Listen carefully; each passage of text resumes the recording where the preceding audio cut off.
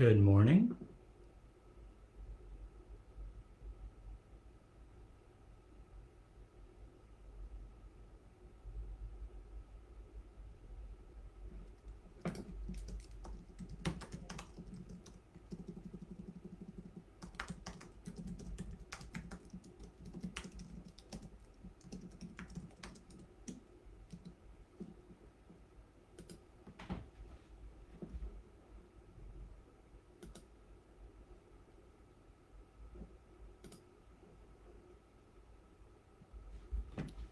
Good morning, Sunnyvale. Just be a moment before we get started.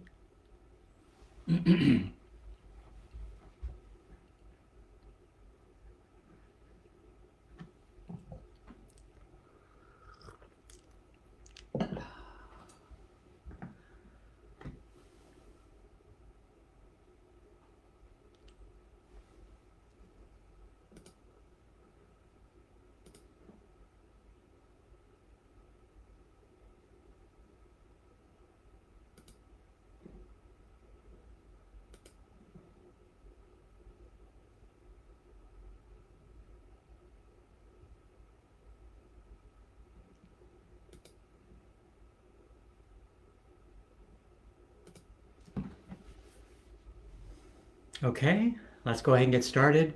Good morning, Sunnyvale. Welcome to December. I'm Sunnyvale Mayor Larry Klein. Thanks for joining me again this week for my weekly virtual office hour address. This is the 90th installment of my weekly office hours. I hope everyone's doing well, staying healthy. At the beginning of this, I did want to point out that several people have said that there's someone impersonating me on Facebook and sending messages asking for personal information. Ultimately, I would never be asking for personal information from anyone. You need to be very careful on who you interact with. Definitely a lot of the social media platforms, it's very easy for people to impersonate others. So, if you've gotten that message, definitely report that to Facebook or Instagram and basically say that it's a fake account. But, whenever someone reaches out to me, I normally reconfirm that it is an existing, it is the correct account that I'm used to dealing with. So, if you've gotten that, definitely, text me with whatever information you can, but report that to Facebook or report that to Instagram. I hope everyone's doing well, staying healthy. Hope everyone had a good long weekend last week. We've now reached 627 days since the March 16th, 2020 County Health Order started the shelter in place in an attempt to slow COVID-19. 20 months ago, I converted my weekly coffee shop hours into this weekly live stream address and haven't missed a week since. I'm following up this televised session with meetings at Murphy Avenue downtown. So if you want to drop by and ask a question, you can always do that. You can also email me to reserve a time slot.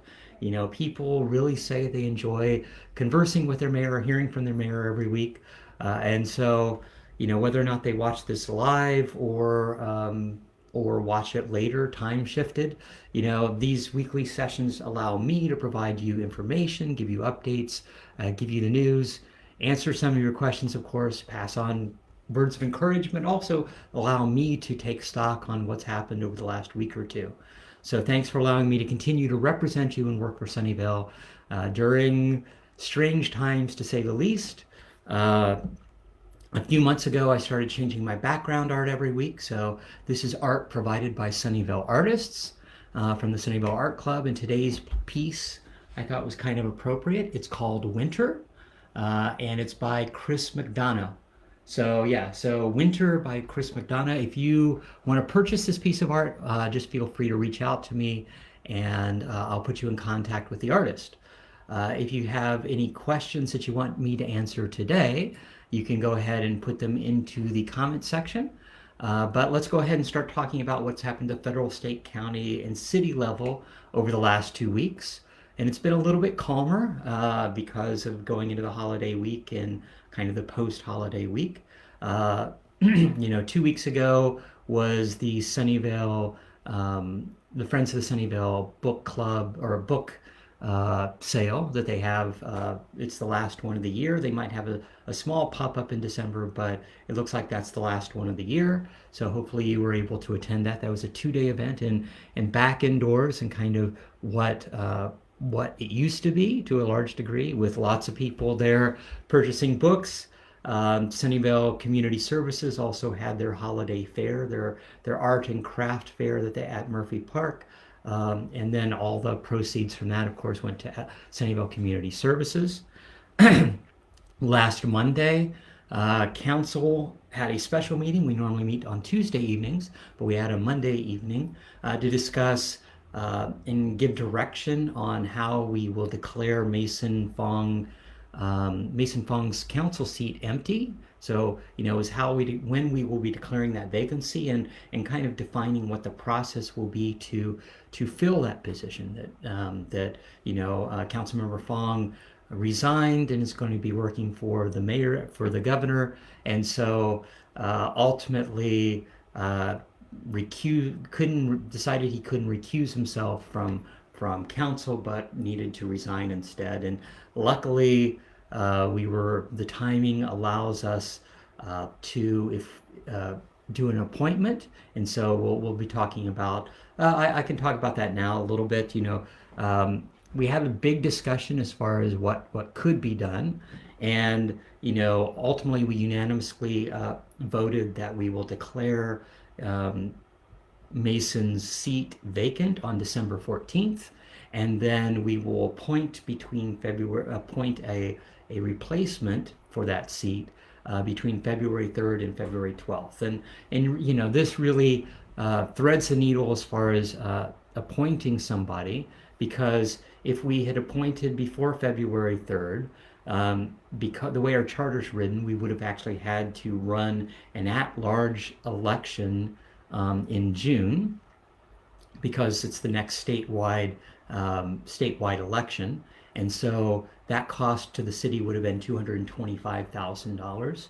And one of our other options, of course, was to run a special election, like was done in 2016. And that's how I first got elected in August of 2016 is when that came in front, or that was that special election actually happened.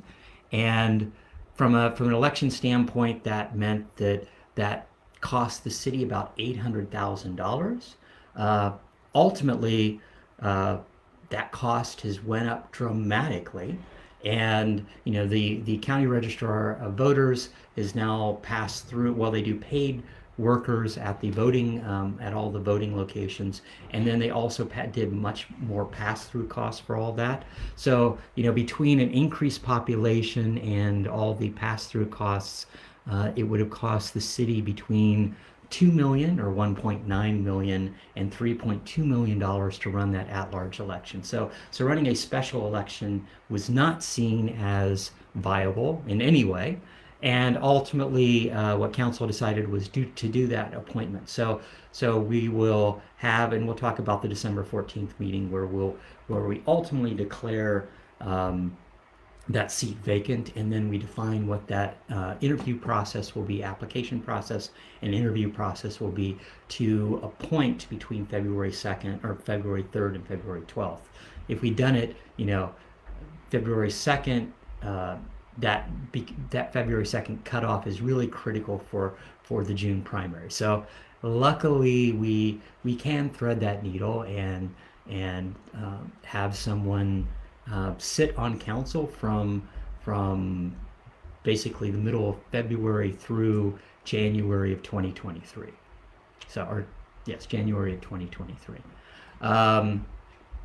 Let's see. One of the other things that we did, and actually that was pretty much the only thing we did that meeting, that special meeting. But ultimately 2022 should be focused on transitioning to district elections, because we're halfway through that process. So we need to finish the redistricting of our 6 district borders based upon the 2020 census, and then elect our other 3 district council members as the last of the at-large seats end in 2022. And then last Wednesday, Governor Newsom was in San Francisco, and he spoke a lot about the robberies over the weekend, the previous weekend, Union Square, Walnut Creek, San Jose, Hayward. There's some in Southern California. um, he said that state is basically going to be more aggressive and help cities with the prosecution of those criminals. And this coming year's budget will actually include substantial funding for cities to address that retail theft. But he didn't offer any real specifics. He called, on mayors to step up, and I thought that was a little disingenuous. It really is. It's a mixture of prosecution. From a city standpoint, we arrest people, and then the district attorney from a county standpoint does a lot of that prosecution. But the governor is still pretty much focused to some degree on what San Francisco does. So from a certain standpoint, our public safety is doing a great job. We haven't had any of those crimes. That being said, we could be hit just like any other city, and it's not easy to deal with when there's basically crime rings going through, gangs of criminals going through these cities, and doing an attack, doing a crash and grab, and then rushing off with their stuff to go on to conceivably another city. So hopefully there'll be funding to deal with those issues, and from a prosecution standpoint, we can deal with that. Hopefully deal with the cutoff, and that's part of it has to do with the monetary cutoff for some of these crimes, and some of the district attorneys not deciding to prosecute. So anyway, last Thursday was Thanksgiving. I hope everyone enjoyed their holiday. Had it with friends, and had Thanksgiving dinner with friends and family. And Thanksgiving's also a time to reflect on the past year, and figure out what you're thankful for. So I just want to say I'm thankful for all the positive feedback that I've received from residents for being their mayor, and all the effort that it's taken to continue communicating, as well as giving those words of encouragement, and answering all of your questions on a weekly basis. And people really do seem to appreciate having their mayor an active part of their week or their lives. I do think that it has been helpful for Sunnyvale residents to know who their mayor is, and between responding to COVID and being the first directly elected mayor, that's actually helped me kind of build that following, and reach out into the community that much more. As far as this week, on Tuesday, council had a council meeting, and the meeting started with informational update from the Santa Clara County Office of Supportive Housing. So their director, Consuelo Hernandez, joined us to kind of give us updates on the Bella Vista and Crestview home key sites. And these are basically hotel conversions that the county is doing to do permanent housing. And so the Crestview, and we've talked a little bit about both of these previously. The Crestview site is on the Mountain View border, and that's going to be permanent housing. And so that's ultimately the county went ahead about a month ago and decided to purchase that site to convert that into permanent housing. And then similarly with the Bella Vista site, which is near the Santa Clara border, that's also being purchased, and ultimately it will be first transitional housing, and then ultimately it looks like it's going to be permanent housing. So the director of supportive housing from a county standpoint gave us some updates as far as that's concerned. Wasn't really that much real information that I haven't provided here, but it was good to have her come and speak to council, if nothing else. As far as the main meeting is going, council approved a Java Drive road diet, and so this is part of the active transportation plan that was called out that we approved last year. And so this is adding more of the bike infrastructure throughout our city that we actually need. And so what this did, what this action did was basically it removed one of the mixed flow lanes in each direction along Java Drive, and so that's basically from 237. So it's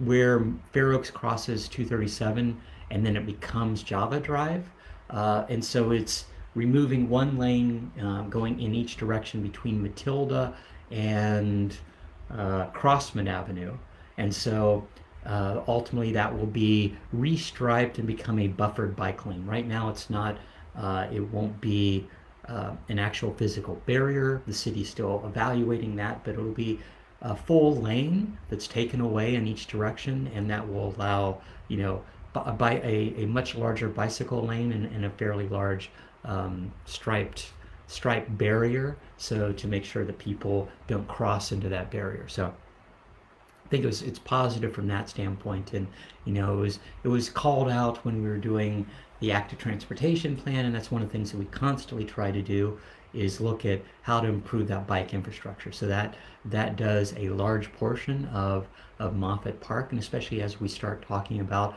the Moffett Park specific plan and how we encourage that active transportation. That's one of the best things that we can do is where we see that the traffic isn't that high, add bike lanes, and especially buffered and or protected bike lanes. And then on Wednesday of this week, the White House announced that a person in California who had been vaccinated against COVID-19 became the first in the U.S. to have been positively identified as having the Omicron variant of COVID-19.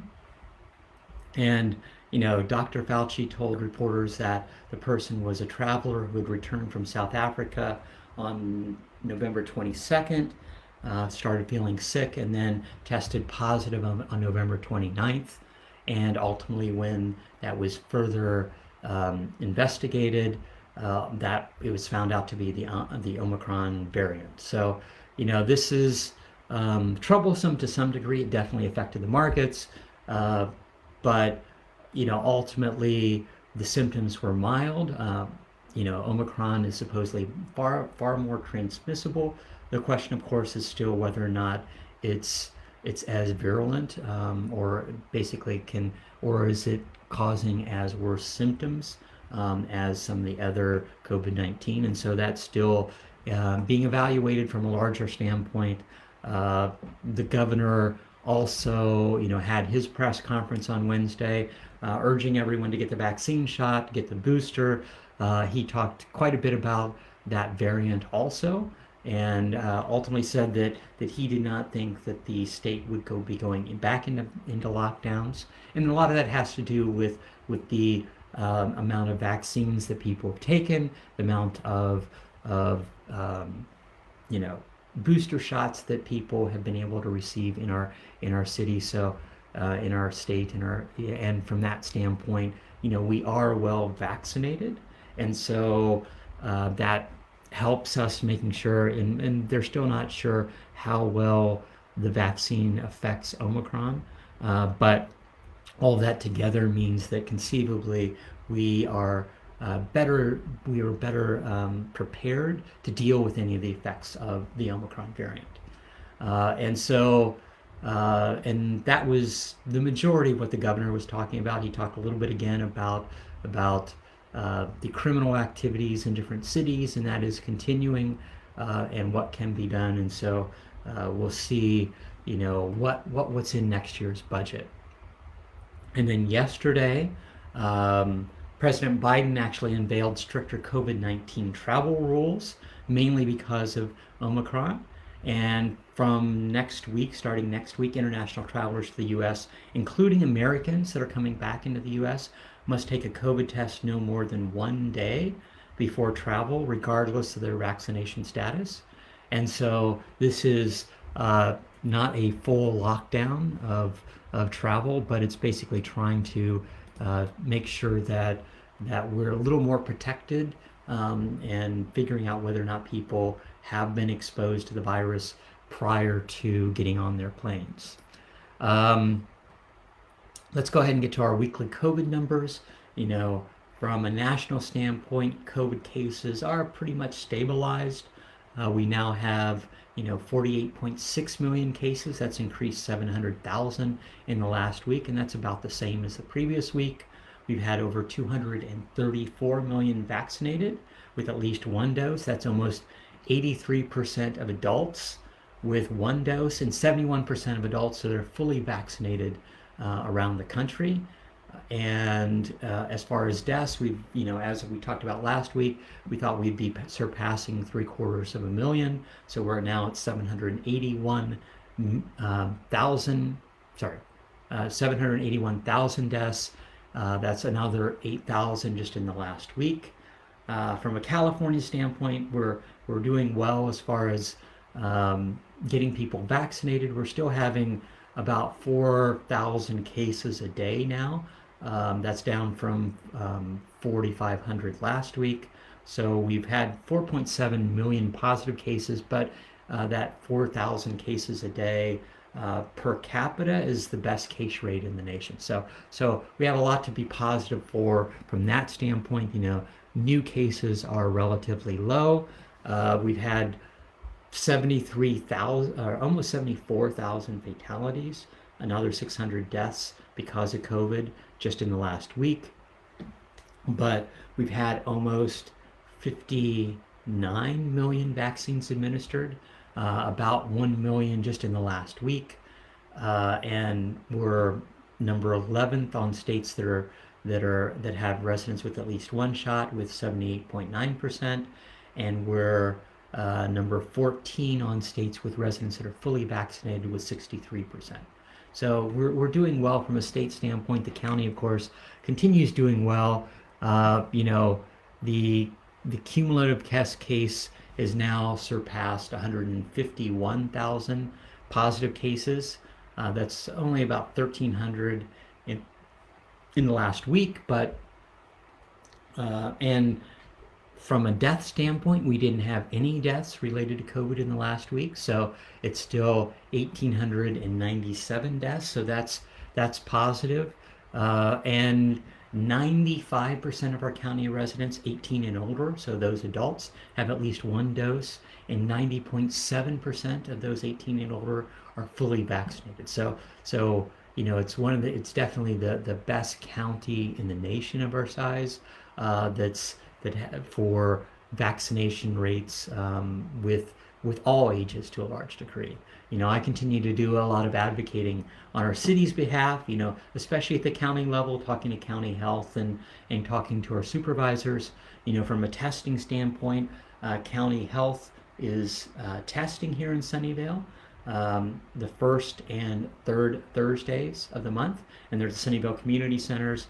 And if you want to get tested, all you need to do is go to sccfreetest.org a week before that, and appointments can be set up. I actually got tested yesterday since I traveled last week to Southern California. Just to be safe, I got tested yesterday around noon, and I got my results this morning, so less than 24 hours.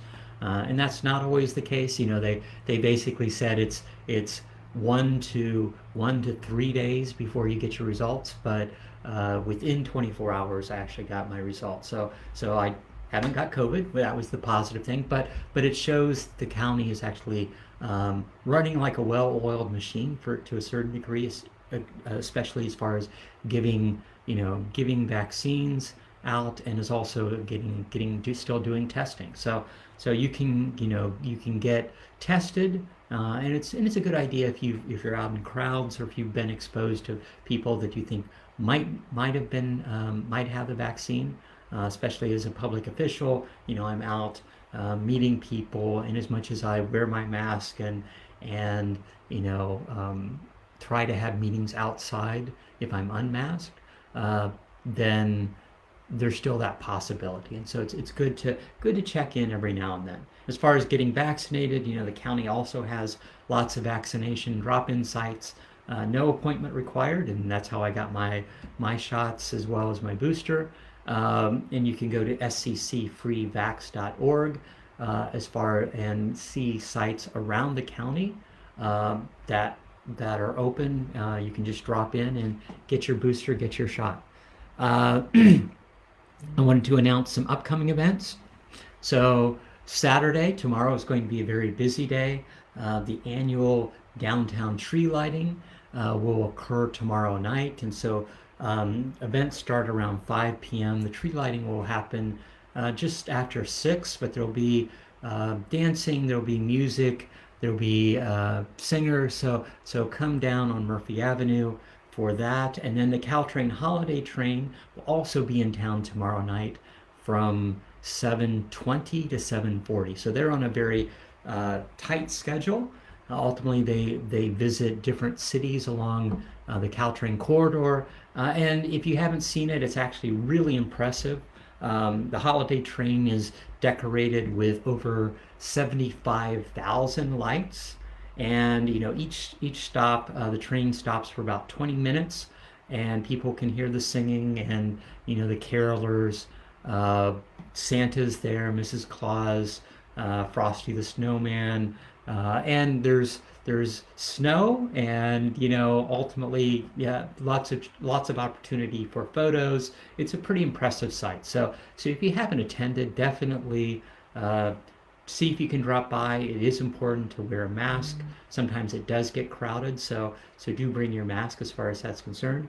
But it'll be so the tree lighting is on Murphy Avenue around 6 o'clock, but there'll be singers there and lots of other activities. There's a free photo booth for families, for residents, so you can also get free photos. And ultimately then later in the evening from 7:20 to 7:40 is the holiday train. And then as far as upcoming council meetings, definitely we'll have a busy December. Our next meeting is on next Tuesday on December 7th. Council will be looking at a resolution to continue outdoor dining, both in parking lots and on Murphy Avenue, and extending that until September 30th, 2022. And so that is, basically a temporary extension while we kick off a study issue at the beginning of the year to talk about how, what are the ramifications, what it needs to do in order to close down Murphy Avenue, and also to look at, conceivably some of the outdoor seating and parking lots. One of the other things we'll also be doing next Tuesday is look at accepting LinkedIn's donation of some bicycle and pedestrian improvements along Maud Avenue. And so, it's LinkedIn came to us about a year and a half ago, 2 years ago. Of course, COVID happened, and they talked about some improvements along Maud. This is kind of their final. They made some changes to that based upon feedback, and this is that final approval of conceivably what they're proposing. And then December 14th, which is our last meeting of the year, will be a very busy evening. First, we'll basically look at declaring the council at-large seat, Mason seat vacant, and then approving that process and the schedule for making an appointment to city council. So for that seat number 3. So that's how we kick off the meeting. We have, I think, 5 or 6 or 7 different items on the agenda, including approving the final design for the Redwood Park at the old AMD campus. So that's a 6.5-acre park, and that's coming back with that final design. There's several things of some labor agreements that have to be approved. There's multiple things on that agenda that night that need to be done before the end of the year. So I expect that to be going late into the evening. Hopefully not too late, but definitely a busy evening. Let's go ahead and get to our weekly questions. If you have a question, just put it into the chat. Sylvie asked, we are experiencing bad air quality every evening due to fireplaces being lit. We have to close all windows, and still bad air comes into our house. the smoke and smell is worse than we experienced from the wildfires. Are there any plans to limit the use of fireplaces in Sunnyvale to improve air quality? So I'm sorry to hear about this, Sylvie. Definitely there are a lot of rules in dealing with fireplaces in the Bay Area. The Bay Area Quality Management District regulates air, and so this limits excessive smoke when burning is allowed, and that's where they're the ones who declare, spare the air days and restrict whether or not people can use their fireplaces, and so that is on spare the air days definitely that is that is that basically people can't burn their fireplaces then. And they've also made lots of rules that new houses going in can't have fireplaces, and they also have rebates to convert existing fireplaces into electric or gas fireplaces so that people aren't burning wood. Ultimately, there's not a lot of things that the city can do. This is allowed. So this isn't we can't go in and force people to shut down their fireplaces. Much like gas. One of the things from a green building standpoint, one of the things that we did last year was from making sure that all new buildings are all electric. New buildings don't have gas because one of the biggest contributors, one of the contributors to greenhouse gases is gas piped into homes, and so we can't go back and tell residents to rip out existing gas stoves, gas furnaces, and things of that nature.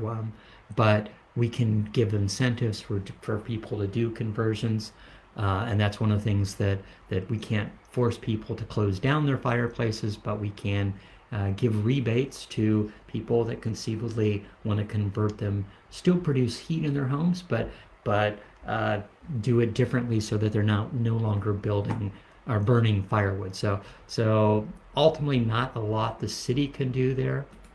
From a law standpoint, it's already restricted as far as building new fireplaces or adding new fireplaces, and then the other half of that is spare the air days when people aren't allowed to burn. And at that point, yes, there are places on the BACMed website that you can actually report people for that, and people will actually go out and be noticed and conceivably fined. Let's see. Any update on the Target reopening? Yeah, I've been pushing on that. Ultimately, it looks like it isn't going to open in December, and I can understand what I heard back.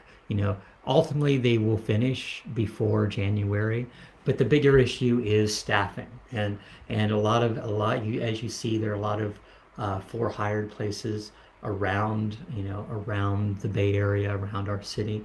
And what they did with the staff from this store was move it to other stores when we had to shut down the Sunnyvale store. And so ultimately what that means is, and they, and most of these stores add additional staff during the holidays. The concept of backfilling, if they pulled the old staff back to the Sunnyvale store, as well as hiring additional staff to meet the holiday requirements, wasn't really seen as feasible.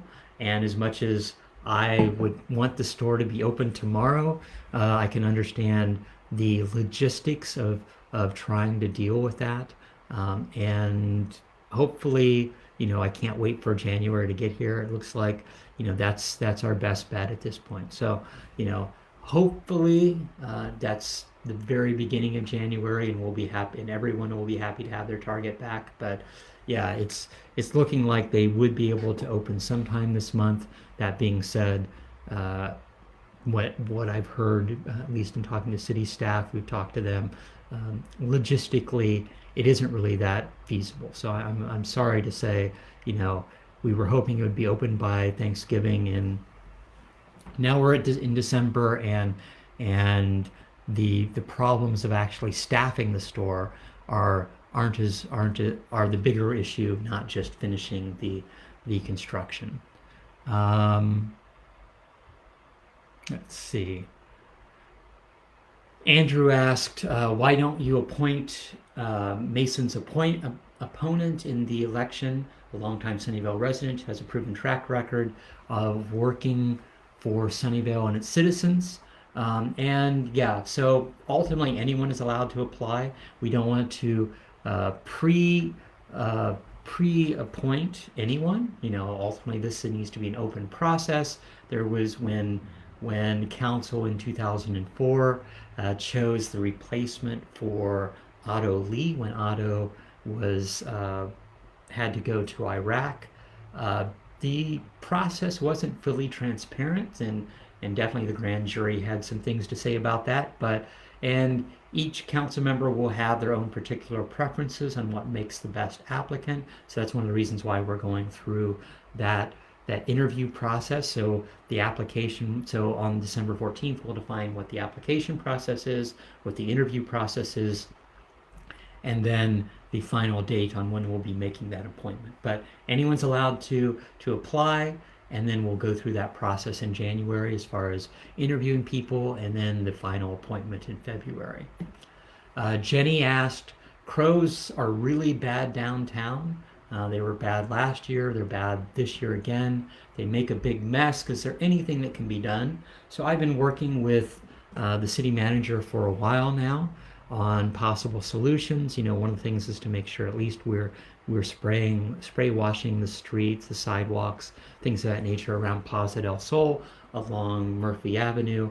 The crows do keep coming back. We actually kicked off a study session, or proposed a study session, or study issue for next year, I should say, to actually look at the crows. Ultimately, in the last few weeks, I've done some additional research and taken it to the city manager about a possible solution. And so the city manager is currently talking to city staff on possible things we can do to let's say harass the crows a little bit, to say move on to another city. So we'll see if that works. But the city manager is currently talking to city staff on what can be done, and whether or not we will do a trial before we actually do a study issue, because a study issue always takes usually about a year, depending upon how big that study issue is. And here it might be better just to try some things. I think that's it as far as questions are concerned. Let's go ahead and wrap up. Thanks for joining me again this week. I'm always proud of our city, especially over the last year or two, and how we've responded to COVID. And I just want to thank all the different residents for looking for ways to help others in their community. I know of blanket drives and food drives that have continued, making sure that people in need are getting what they want. The future is still uncertain, as we saw this week with a new variant that people are worried about, and the ongoing effects of that. New issues constantly come up, but your actions really do make a difference. Sunnyvale will emerge from this as a stronger community. We are in this together. We will get through this together. Thanks for listening. Have a good weekend. Take care. Goodbye.